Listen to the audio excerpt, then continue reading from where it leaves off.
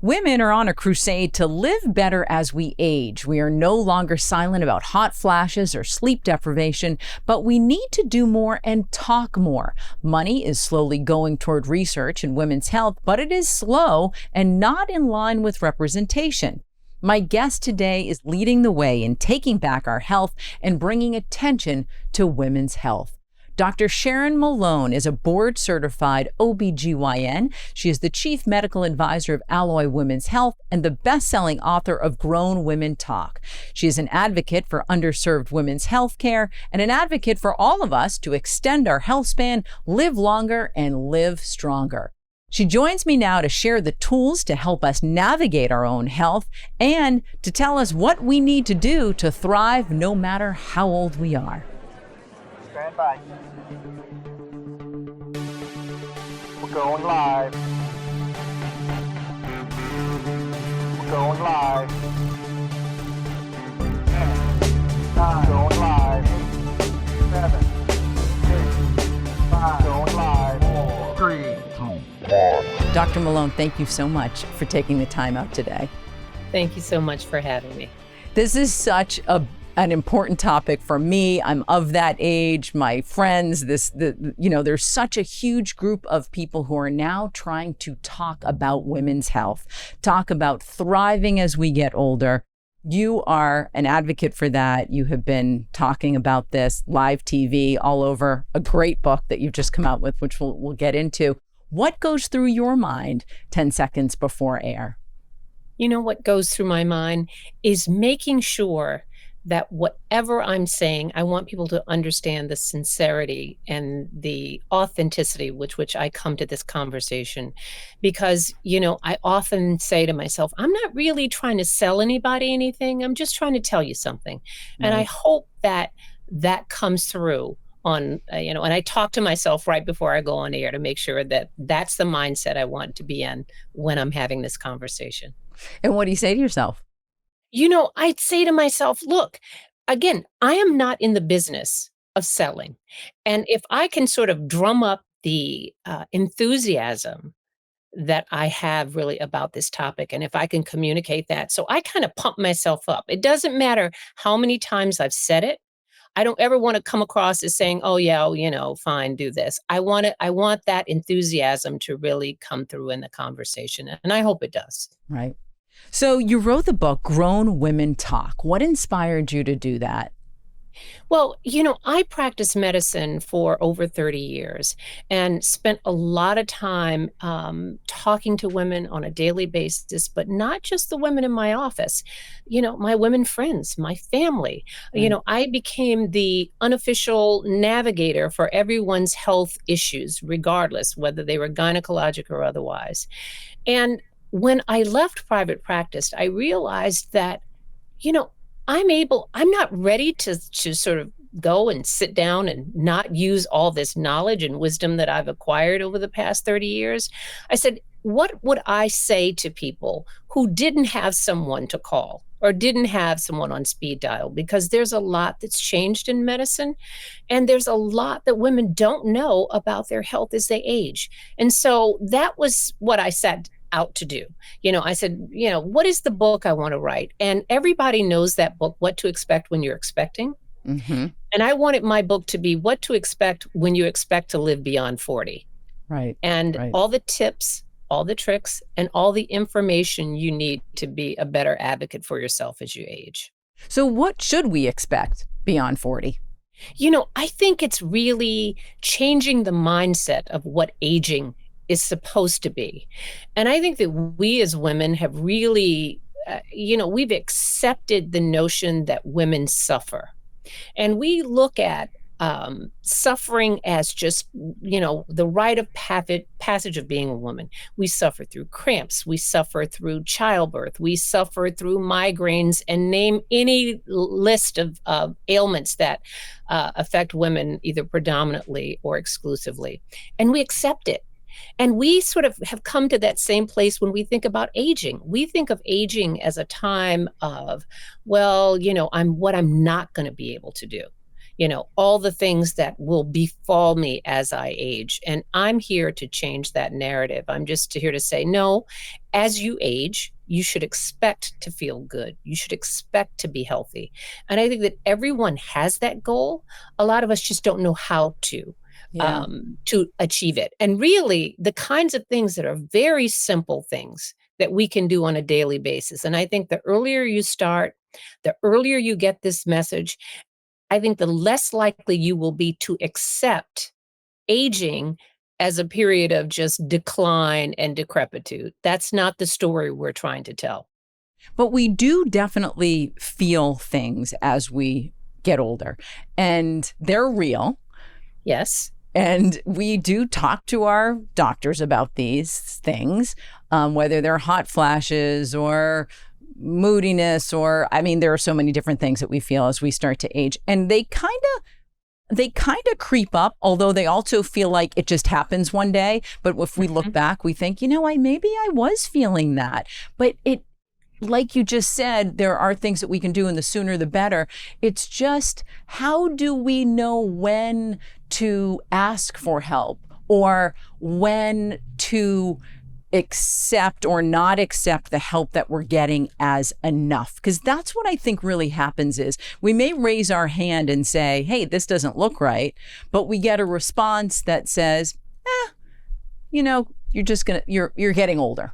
Right. Suffer. Well, Yeah. I think it's two things. Okay. One, we don't know what to expect because the things Good that point. start happening, and there's a whole list of things that you can expect as you enter your 40s and certainly into your 50s. It starts well in advance of what we consider menopause, which is the age at which you've had your last period, confirmed by a year of no periods. So that happens about 51. So what happens when you're in your 40s or sometimes in your early 30s? All of the things that we traditionally associate with menopause, like hot flashes and mood swings, maybe changes in libido, anxiety, depression, these things may happen as early as a decade before. And that's where women are kind of caught unawares because they are thinking, oh, yeah, that's going to happen, in my 50s. No, these changes start happening in your early 40s for most women. And so the first step is to make you aware of what perimenopause and what aging feels like. You're not at 40, you're not 30. So just know what that is. And that's neither good nor bad. But the first step is you're not alone. It's a transition that every woman will go through. Any person that's born with ovaries will go through this menopause transition.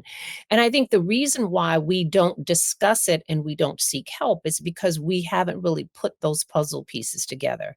And I think that you're done no great service by going to your doctor, even when women do complain. And let me say this, women do not complain enough.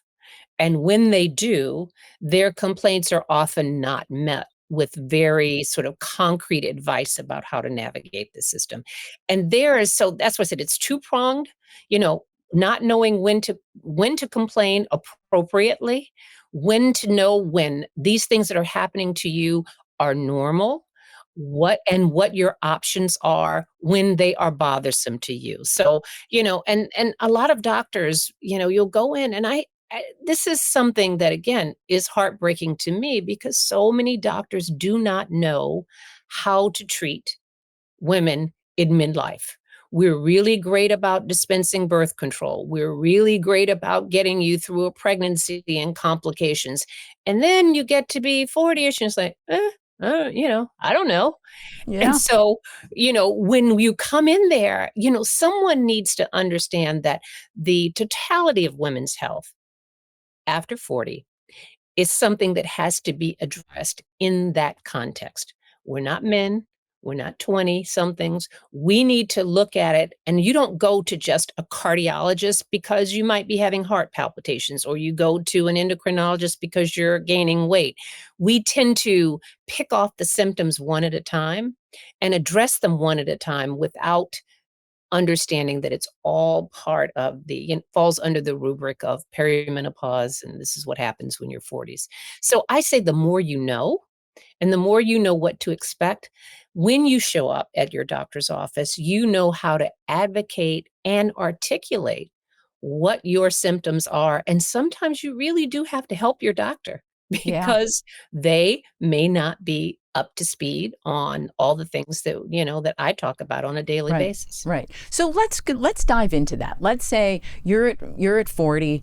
Give us that conversation of what may happen now so that we do have an awareness. Because I think a lot of people we go, oh, you're gonna lose your period. We sort of brush over it. I don't want to brush over it. I want you to tell us what should we expect so that when we go into our doctor, we cannot get pushed off. We may have to push back a little bit. Well, let me say this because I think starting from, perimenopause is a word that probably 4 or 5 years ago, people didn't even know that that word existed. You just kind of knew menopause. But perimenopause is just the menopausal transition, which means that it's that period of a woman's reproductive life when she is between her peak reproductive years, which happen, usually from puberty to about your mid 30s, and the end of your reproductive years, which on average is 50. So all of that in between part is when what we are calling perimenopause. And it's really characterized by a few things. And I think that, a lot of the things we know, but we don't think of them that way. A decline in women's fertility because there is a difference that's happening, what the quality of your ovulations, the amount of hormone that's produced later in life is not the same as when you're in your peak. And that's the driver of a lot of the symptoms that women tend to have during the perimenopausal years. The other thing is that it's not short. That transition from, perimenopause to menopause may take anywhere from 4 to 7 years for white women. For Black women, it can take as long as a decade. So, that being said, what are the things that you're looking out for? Well, sometimes you will notice a change in your menstrual cycles. And, even if your cycles have been regular every 28 days, you'll find that the cycles start coming a little bit earlier. You're like, there's 25 days or it's 24 days. That's a sign. But even when the cycles are very regular, women will start to have a very predictable set of symptoms that come along with this process. Now, we think of hot flashes. Everybody knows the hot flashes and the night sweats. What they don't realize is that they don't come after your menopause. They start during the transition, which is, again, can be in your early 40s to mid 40s. So there's hot flashes, it's mood swings, it's night sweats, it's brain fog, it's dry, itchy skin, it's painful sex, it's changes in libido.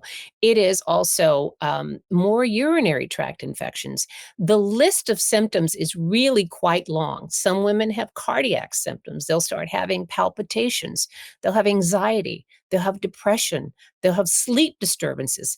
And I mean, and if I haven't depressed everybody enough, let me just say this. Not everybody gets everything. Yeah. Well, And where is she that doesn't get anything? I think I have Yeah. one friend and she said, oh, I haven't felt anything. I don't want to talk to you. And that's true about, I would say, but they are the exceptions, not the rule. Okay. Most women will have some combination thereof. That's why one person's perimenopause may be different from another's. Some people will have no hot flashes, but then they can't sleep or they've got anxiety. And if you understand that it's a lot of things, it's not one thing. And just because you don't have hot flashes does not mean that you are not in perimenopause.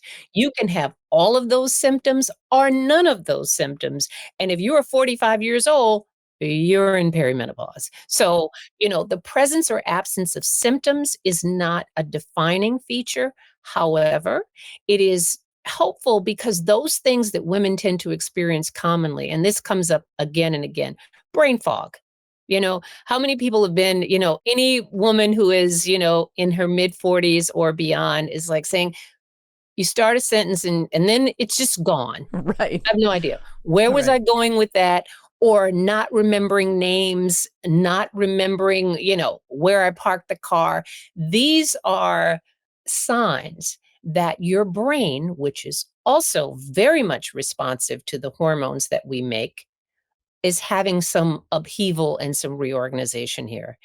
And for women, I want them to really know that, the presence or absence of periods or hormones, estrogen, is not just a reproductive function. It's not just because, oh, okay, well, then now I can't get pregnant anymore. The presence of our hormones affects every organ system in our body. Well, go ahead and go through that, because I think that now that you've laid out what to expect, and the two questions that I have in that is, one is what's actually happening. So the hormones, something's happening with the hormones. That's not just, these are not just symptoms that are coming out of nowhere. So what's happening with the hormones? And then let's get to how we thrive through that, because we're going there. We are going to thrive. Okay, when you are premenopausal, and that's in your, from puberty on, most women have very regular production of their hormones, primarily estrogen and progesterone, a little bit of testosterone that comes in right around mid-cycle. But it's orderly. It's like this, a wave. It's up, it's down. It's a cycle. It happens every month. Well, when you get to be perimenopausal, and that sort of, I would say it's characterized by tumult. I mean, your hormones are not doing that regular wave up and down. They're like this. It's up, it's down. It's more like a lie detector of a person who's really not very truthful with you. My analogy is it's your snow globe. Someone Right. you walked into your house, picked up the snow globe, shook it all up, and Yeah. everything's going everywhere. And that's why in the perimenopausal phase, doing hormonal testing is not that helpful because, as I said, it depends. Your hormones can be normal today, abnormal tomorrow. That's really what characterizes that period of time.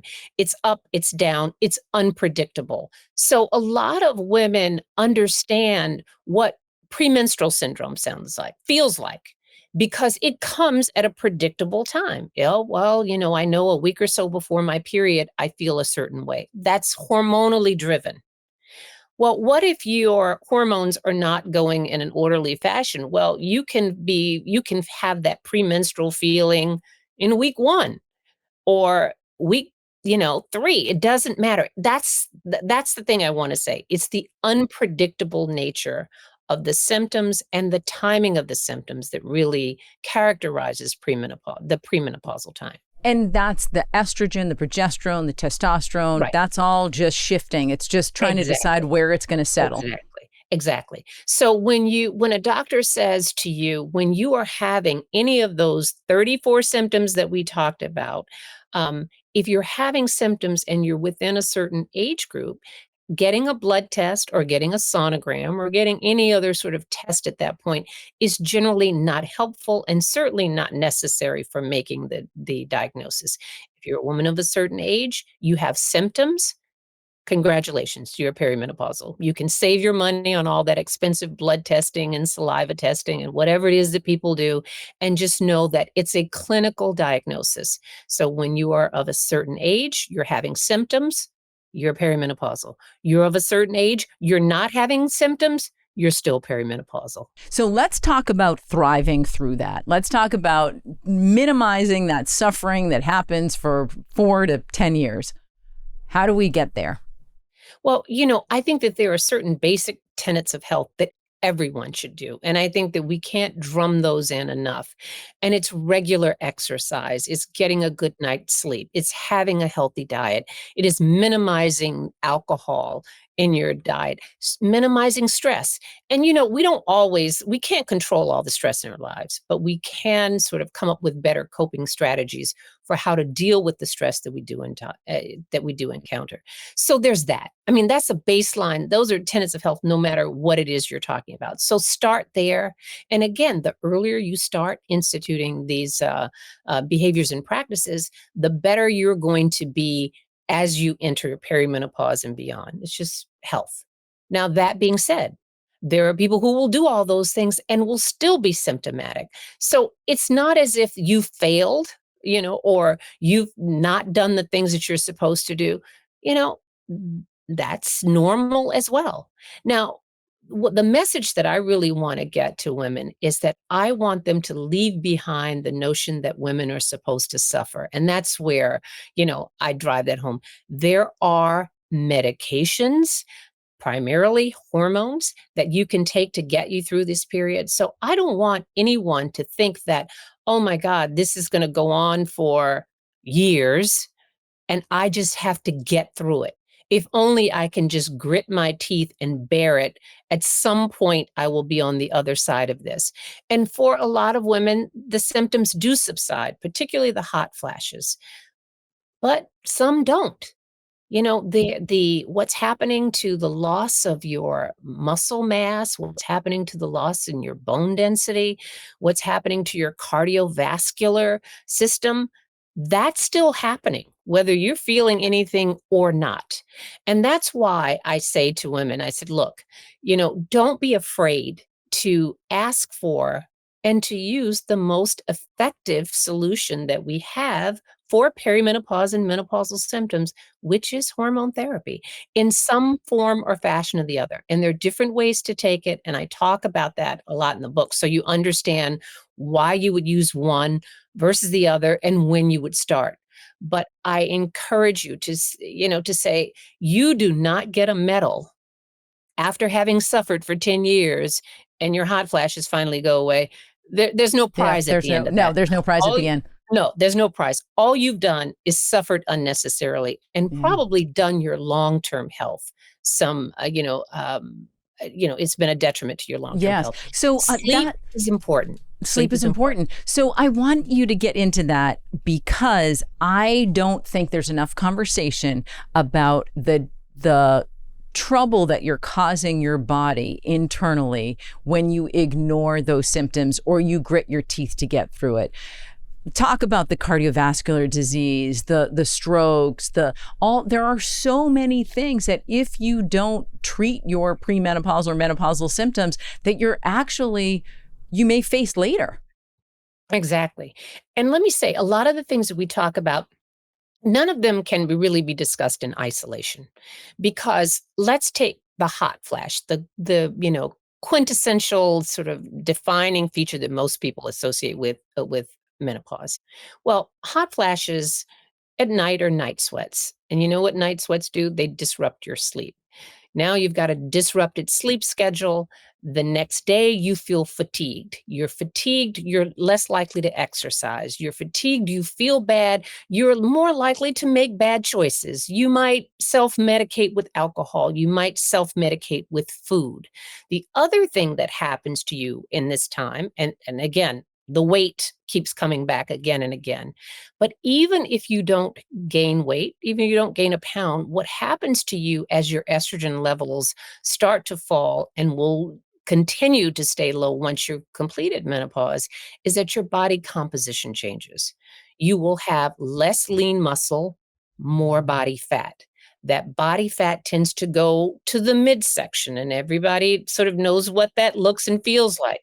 Well, that body fat in the midsection is not only just unattractive to most women and distressing, it is really also a risk factor for cardiovascular disease. So you see how we're saying all of these things go together? The lack of sleep, the stress, the lack of estrogen, and the weight gain and the weight around your visceral organs or around your heart, all of these things left to their own devices increase your risk for cardiovascular disease. Not having estrogen in your system also triggers you start losing bone mass. So now if you don't have a lot of bone to start with, and if you're a small person, you're at significant risk for developing osteoporosis as you age. Again, and these are things that you don't necessarily feel on a daily basis, but they certainly are things that affect your long-term health. What we also know is the lack of estrogen, and because again, they're all stitched together, the women who do not take estrogen are also at increased risk for developing type 2 diabetes. Now, is it because of the extra weight? Perhaps. Is it something else that's going on in your metabolism? I think it's something that's really independent of just the weight that you gain. So you see how all these things go together? You can't take one out of the equation and say, if you fix one thing, and that's my um that's the message is estrogen is a master regulator. It is a master hormone that affects everything. And we haven't really even touched on the parts of, of sexual function for women as we age. You know, yes, there are changes in your libido. Yeah, it happens. However, if you are having vaginal dryness, painful intercourse, that most certainly is going to do nothing in a positive nature for your libido. So, but women, that's the kind of thing that we often don't talk about. We just kind of think, "Ooh, it's just me." And, the answer is not just, "I'll just go get more lube." Well, that helps up to a certain point, but it's just addressing the symptom, not the root cause of it, which is the lack of estrogen in the vaginal area and in the urinary tract infection. That's why women have more urinary frequency, urgency, these things that come up, and they all start to come up around midlife and beyond. And we are often embarrassed about a lot of these things. Yeah. You don't want to say it because you think it's just me. And I'll just go buy some incontinence products. No, these are things that the earlier you intervene, the better. And sometimes it's using systemic hormones. Sometimes it's using vaginal hormones because you can use topical hormones that are not at the level that will treat hot flashes, but they are certainly at a low enough dose, but it will deal with the urinary and the vaginal problems that women have during perimenopause and menopause. Can you speak for a second about what estrogen does for your brain or for long term? I've heard connections to dementia or Alzheimer's, or what is that all about? This is very exciting new research that we're getting because as it, again, there's some things that frustrate me more than others. And I think that this lack of attention to women's health as we age, from a research point of view, has also been problematic. What we do know, I always like to start with what we know and I'll tell you what I know and what I think.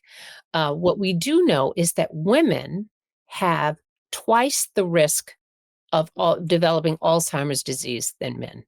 Now, and that was a surprising statistic for me. I didn't think of it quite that way. And it's not just because we live longer. It's not that we don't live that much longer.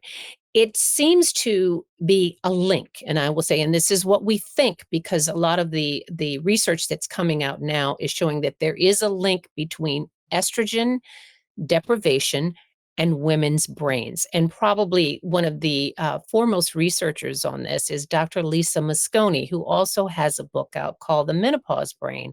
And she has actually she's taken pictures of what your brain looks like in premenopause, what women's brains look like in perimenopause, and what they look like postmenopause.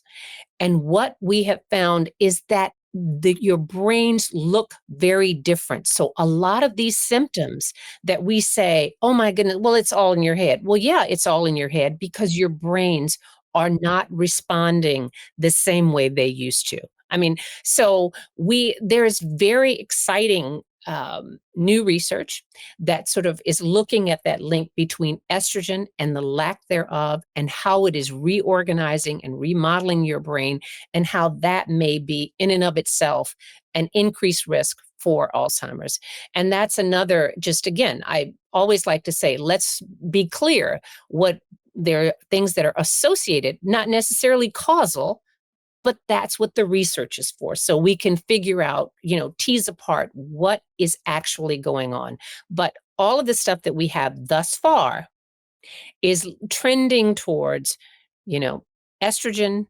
Estrogen affects women's brains. Lack of estrogen has very profound impacts on how our brains are organized. And that may be one of the links for why women are more at risk for Alzheimer's disease than men. Our brains are much more estrogen sensitive. So now we have an idea of what's going to happen, that there are options for us. How do we have that conversation with our doctor? And what should we expect that conversation to look like? Well, here's the thing. And I think that this has been an unfortunate consequence of a study that came out 22 years ago, the Mhm. Women's Health Initiative. Um, I'm I predate the Women's Health Initiative because 22 years ago, I had already been practicing for 10 years. So I had a very different sort of education about hormones. And we were using hormones. We were actively advocating that women take them for prevention of cardiovascular disease, prevention of osteoporosis, as well as prevention, treatment of the symptoms of menopause. So that's the mindset that I came from. So when this study came out, and it said two things I think that had a very chilling effect on how we look at hormones. It said, "Oh, we told you before that it was helping with cardiovascular disease." Well, it doesn't. And not only does it not help with cardiovascular disease, it increases your risk of certain things. Blood clotting, gallbladders, I even said Alzheimer's. And I think this was the defining moment when it said, "Oh, and it increases your risk of breast cancer." Now, when you say those two things, that there's no benefit and it increases your risk of breast cancer, not only did women throw away their hormones in droves, from which we have never recovered. Prior to the Women's Health Initiative, about 38% of women who were menopausal took hormones. After that, that plummeted to around 5 or 6% of women who were menopausal took hormones. But it also chilled research. There was a robust effort for really sort of answering some of the questions that we, had been having. Does it have, effect on Alzheimer's? Right. I mean, it basically research stood still for almost 20 years. So the same questions that we had about hormones in the 1990s, we're still trying to answer 30 plus years later. And that's the unfortunate thing. That's number one, quelled research. But two, and this is where I think that this affects every woman on a day-to-day basis. Doctors. Now, there's a whole generation of doctors who have not been trained in how to treat menopause. So if you have a doctor who graduated from med school or any from 2002 on, which, is a sizable portion, they don't know about menopause. They weren't taught about it in school because they too have that notion that hormone therapy is bad. And so when you show up in a doctor's office and you say, "Great, I've read, I've done my research, I understand I'm perimenopausal, I'm bothered by this," it is not uncommon for women to be met with, "Oh, no, no, you can't have that." Or, "You have a family history of breast cancer, you can't take."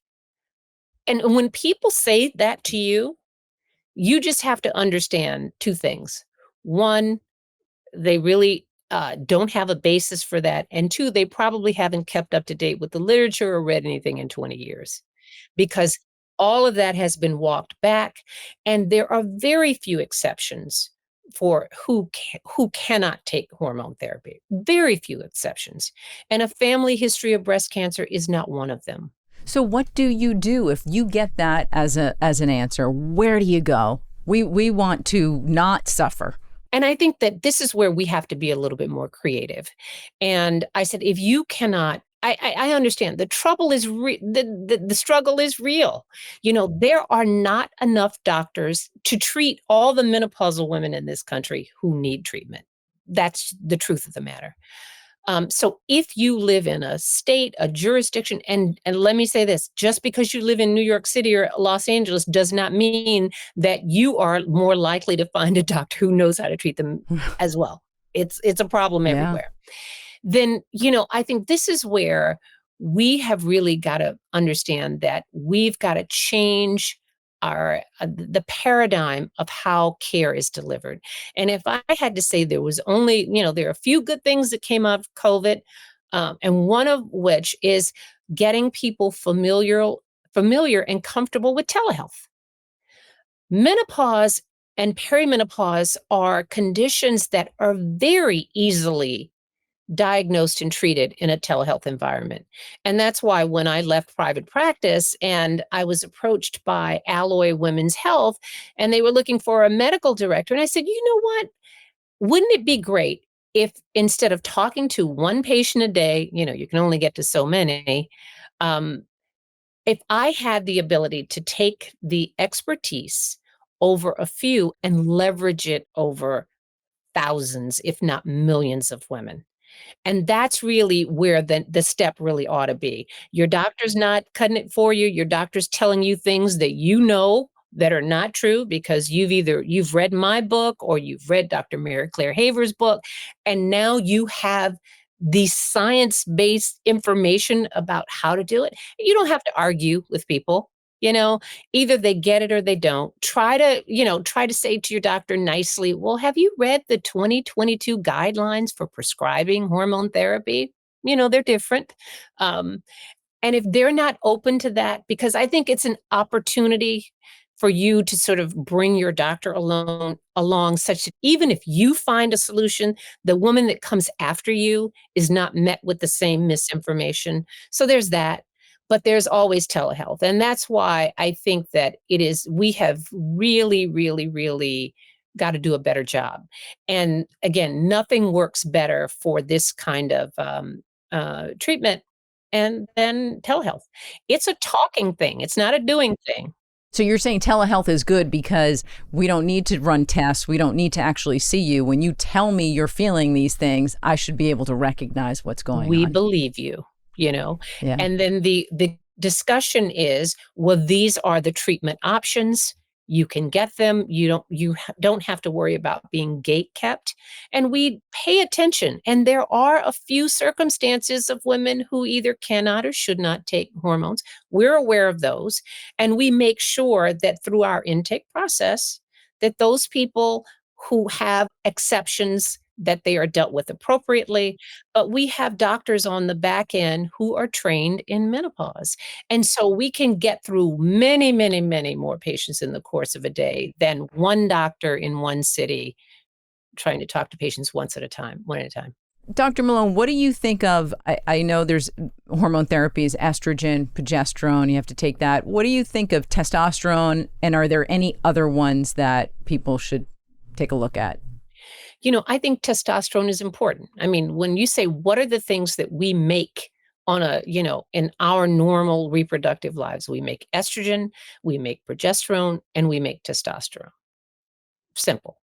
Testosterone does not have quite the impact that the lack of estrogen and progesterone do, simply because for most women, our testosterone starts to decline probably in our mid 30s. So the decline in our testosterone is much more gradual than the estrogen and progesterone because once you get to be menopause, your estrogen and progesterone, it's gone for good. There is no more. The testosterone issue is also, I think it suffers from lack of research as well. We don't have an FDA approved version of testosterone in this country for women.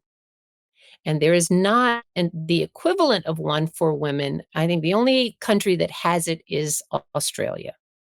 Now, we do understand that there is, for women who are having issues with libido and what we call hypoactive sexual disorder, then testosterone helps some women. But here's the problem. Because it's been under-researched, we don't exactly know. We know that it improves, doesn't work for everybody. We also know that the margin of error for taking testosterone is different than taking estrogen and progesterone. Remember, I told you don't need to get blood work when you're taking estrogen and progesterone. You're on the right dose when your symptoms go away. Well, with testosterone, there is a safe range that you should be in. And I think that, for women who want to try it, it matters because there are some of the things that are not just bothersome of having overdose of testosterone, a higher than normal dose. Some of them are irreversible. I mean, and so what does testosterone do? Well, hair loss. I say hair loss where you want it, hair growth where you don't. Okay. acne. There is actually in areas when that levels are too high, you can also get some deepening of the voice, which is irreversible. It can actually cause your clitoris to grow. So that's why it's kind of important that we know where that you stay in the range. So Mm. that has to be monitored. And remember what I told you, that most doctors don't know how to prescribe basic estrogen and progesterone? Well, there's even a smaller universe of doctors who know how to treat and monitor women on testosterone. So I say a good starting place is always start with estrogen and progesterone first. Mhm, mhm. And then if there are other issues that come up, and I think that we again have to answer the questions about testosterone with more research, more advocacy for women in midlife. That is, if I had to say the passion that I have is to not only help women navigate their personal health journeys, but we also have got to do a better job about advocating for women writ large in midlife. And so much about what we know is because these are medications and things that have been done on men, nothing Mhm. for us Right. specifically. So can we really thrive? Can we really Yes, thrive as we get older? absolutely. Love If that. this is something that makes me just entirely happy. All right, I'm 65 years old, okay? 65 years old. I'm the youngest of 5 girls in my family, and we've all had different journeys along the way. But being the benefit of being the youngest is that you get to see what not to do. Oh, and what to do. So remember I told you those basic things that everybody needs to do? You know, I take hormone therapy. I have since menopause. It's never because again, that's never been something that's been, that's caused fear. I think that if you surveyed most OBGYN, most female OBGYNs, the majority of them take hormones unless they have a reason not to. Um, but look at what I mean, 65 looks different. I mean, I was just thrilled, and politics aside, the fact that, Vice President Kamala Harris is almost 60 years old and you're like, "Yay, she's the young vibrant candidate." I'm like, "Yeah, we are changing what it looks like to be 50, Yeah. 60, I love 70." it. I love it. And this is where I'm saying that narrative that I'm trying to change is I want women to see that. I want people to unapologetically come into this phase being a boss and thinking not just like, "Oh, well, I'm just going to have this and then I'm going to sit in my chair." No. I changed careers at 63. I had been in private practice for 30 years. And when I decided to quit, and I didn't really know what the next phase was going to be, there was no master plan, but you know what? I was ready for it. And if you are not feeling well, if you are not your best self, if you are sick, if you are weak, if you are any of those things, then you're not in a position to be able to take advantage. So I say to women everywhere, not only can you thrive, you should. And you need to make a plan for how you're going to get that way. Because if you don't, you might end up, again, not being in good health. And nothing is worse, I think, as you age than being unable to do the things that finally you have the time to do. Kids are out, I don't have, work stress is different. And then you got to not go because you don't feel well. No. And you have all this life experience now. You've put in all the time. You feel good about where you are in your life, but then you don't feel well. So it seems like it's the time to kind of hit it. Like you should keep climbing up that hill. And that's why I said start exercise is important. Like I said, none of these things. You can't just say, "Oh, well, I'm just going to do X and it's going to all be fine." No, it's understanding if this is how you want the last third of your life. And for some women, it's the second half of their lives. That's a long time to live not being your best self.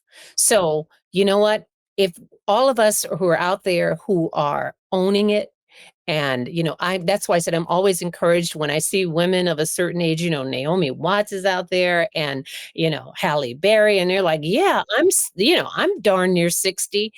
And look at us. Yeah, And we've heard too absolutely. much of the negative and not enough of the Yeah, positive. well, I love it. You are such an example. I mean, not only do you say what you say, but on top of it, you are just a beacon of energy and goodness. I mean, I can feel it coming through. So it's such a pleasure to talk to you. You're the youngest of 5 girls, but don't you have 8 siblings? I know I read in I the have, book you have how'd you get here? You have an you interesting know what? background. This is I like to tell my story because I'm the youngest of 8. I have 3 older brothers, and then there were 5 girls in a row. And for those women who think that, yes, when I say yes, your fertility changes in perimenopause, but it doesn't go away. And I am that last gasp of a baby that my mother had. She was almost 45 years old when I was born. So Wow. I'm sure she was hoping for menopause, but she got yours truly instead. So I'm here and happy about that. But um, that's my lived experience. I've had the advantage of looking at all of this, and here's something that I think is really important. You would think with 4 sisters, with 4 older sisters, that we would have had all these discussions about what to expect and this is happening here. Nothing, zero. We don't talk. We don't talk amongst families. We don't talk intergenerationally about what to expect. And imagine, and this used to happen a lot more than it does now, but imagine if you were 12 years old and no one had ever explained to you what happens when you get your period or what puberty is about, all the stuff that goes on, and you would think that there's really something wrong with you. Well, that's what happens to women as they enter perimenopause. They come into it with very little information. And when all this stuff starts happening, they think it's really something wrong with them. And it's not. So understand it. I have a life experience that I think most people do not have, let's just say. Is there a country that does it really well? You mentioned Australia, but is there another country that really takes a look at women and really treats them well as they age? You know what? France, I think it happened. Let me just say, because it matters what healthcare is generally, you know, and when you are in a country that all women have access to healthcare, they're going to do a better job. The movement, the menopause movement in the UK, they're a couple of years, 2, 3 years ahead of us. But they have universal health care. So now it's advocating within a system where women, you're at least starting from a basic level of healthcare. And even in that instance, they've still had to advocate for themselves. And I think as you get more women in power, as you get more women in who are able to make decisions, then I think that we will make different choices about women's health as we age. Um, I think that we've got, again, the research piece is huge. It really is huge. But more money is being spent on research right now. Well, not It's grown, enough. not enough, Not enough. absolutely. But I Not enough. have seen that, what is it, the Yes. National Institute of NIH? Is that what it is? Yeah, NIH. Yeah. Yes, is spending a little more money on. A little more. But let Yeah. me put that in perspective for you. As of the writing of my book, in I had numbers from 2022. NIH has a $45 billion budget that they use, and they are the largest funder of research in the country. Of that $45 billion, less than 11% of that $45 billion goes to conditions that primarily or exclusively affect women. 11%. Well, last I checked, we're 51% of the population, probably 61% of the voting population, and at least that of the tax-paying population. So why have we been, just backbenched on the research front? And so 45 billion. Why? So I asked that. I throw that out to you. You're closer to it. Why? Why have we been backbenched? Because No one has been advocating for us. You know what? Until I wrote my book, I didn't realize that it was that. I knew it was not great, but I didn't know it was that bad, you know? So, I think that once women are aware of the fact that how little of the time and effort is spent on conditions that affect women, and let me just say, the list is long. Why don't we know more about fibroids, endometriosis, migraines, autoimmune diseases? I could go on. Things that affect women disproportionately. Very little money goes to that. And when you come to menopause and perimenopause, because of the ill effects of the Women's Health Initiative, it's, I said 11% total. Most of that probably goes to breast cancer, research. Well, then now you're at a fraction of a percent of that money going to women in midlife and beyond. So are you saying we got to keep talking about it? We've got to talk. I mean, you're talking about it for sure, but what about people at other levels, with your friends? Should you start the conversation and just get it going? I want women to get mad about this. I want women to understand that nothing is going to change without a grassroots demand for change. Hmm. This is where you're going to talk to your legislators.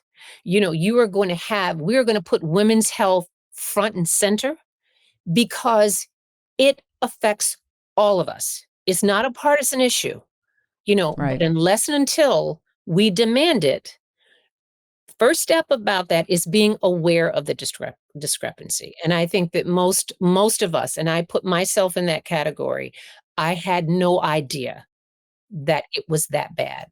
And I think that we also have to hold private industry, we have to hold their feet to the fire, because if I say 11% of governmental money for devices and medications for women, it's less than 2% of the innovation goes to things that primarily affect women. They test them on men, and then they titrate down or just assume that it works the same way in women as it works in men, and it doesn't. Our physiology is different, our hormones are different. We have found time and time again that things that we thought worked the same as in women as men don't. Take, for instance, aspirin. Cardiovascular disease shows up very differently in women than it does in men. And yet, have we thought about why that is or what to do about it? Not really. So I say this, and this is where I think every woman can be her own big A advocate. And that is to understand that we've got to hold our legislators and, accountable, and to realize that this is an issue that's important for us, that women's health is all of it. It's not just abortion and breast cancer and maternal mortality. Those are important, but it's all of us. There are many, many things in life that some of us will have, and we need to have, such as breast cancer. All of us will be menopausal.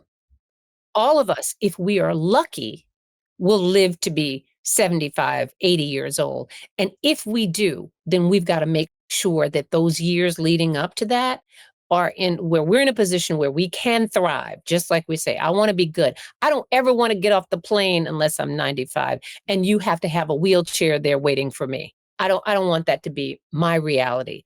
But it requires a plan. It requires that we do something about it, and it requires that we sort of hold everyone's feet to the fire on this. Because, I have to commend President Biden and First Lady Jill Biden, had the $100 million initiative for women's health, dedicated to women's health. And I say, yay. But 100 million, 45 billion. Just keep those numbers in mind. And you realize it's a start, but we've got a lot of work to do.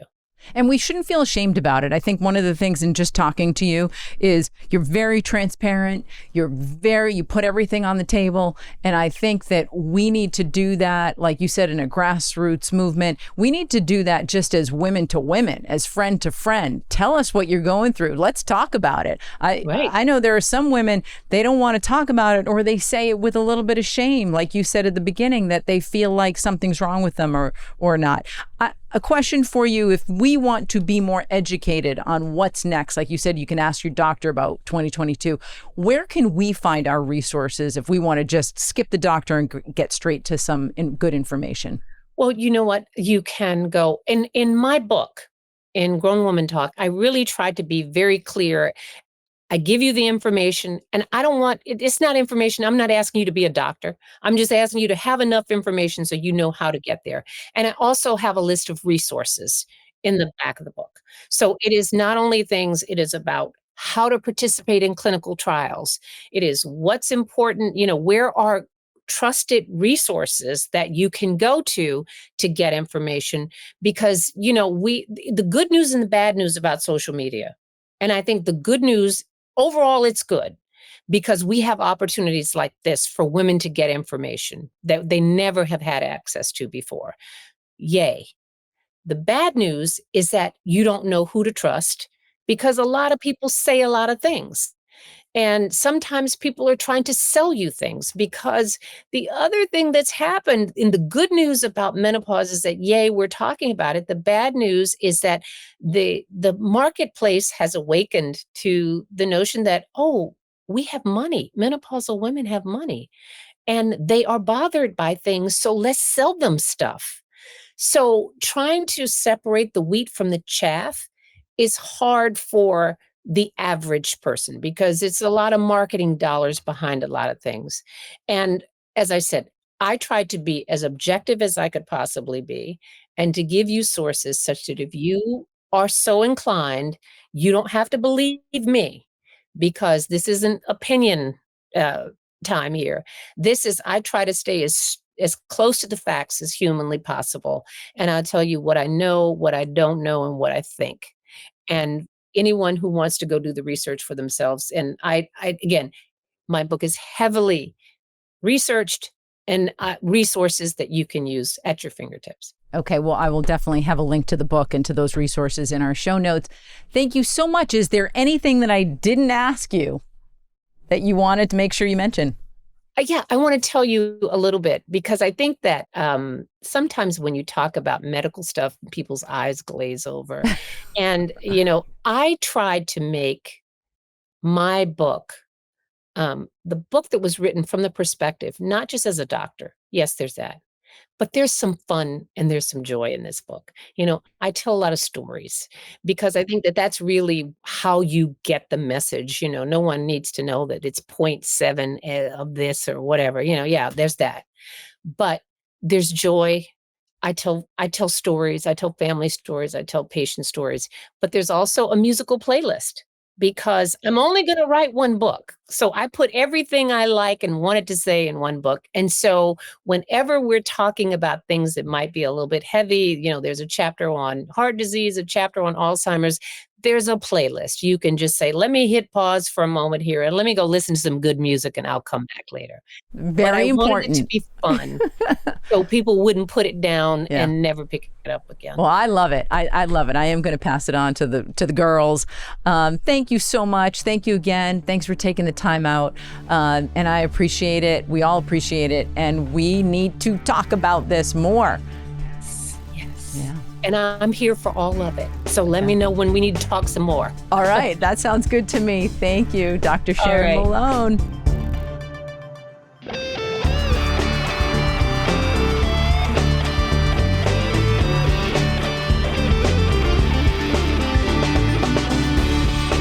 This podcast is for information only. It is in no way medical advice. As always, consult your doctor for medical advice.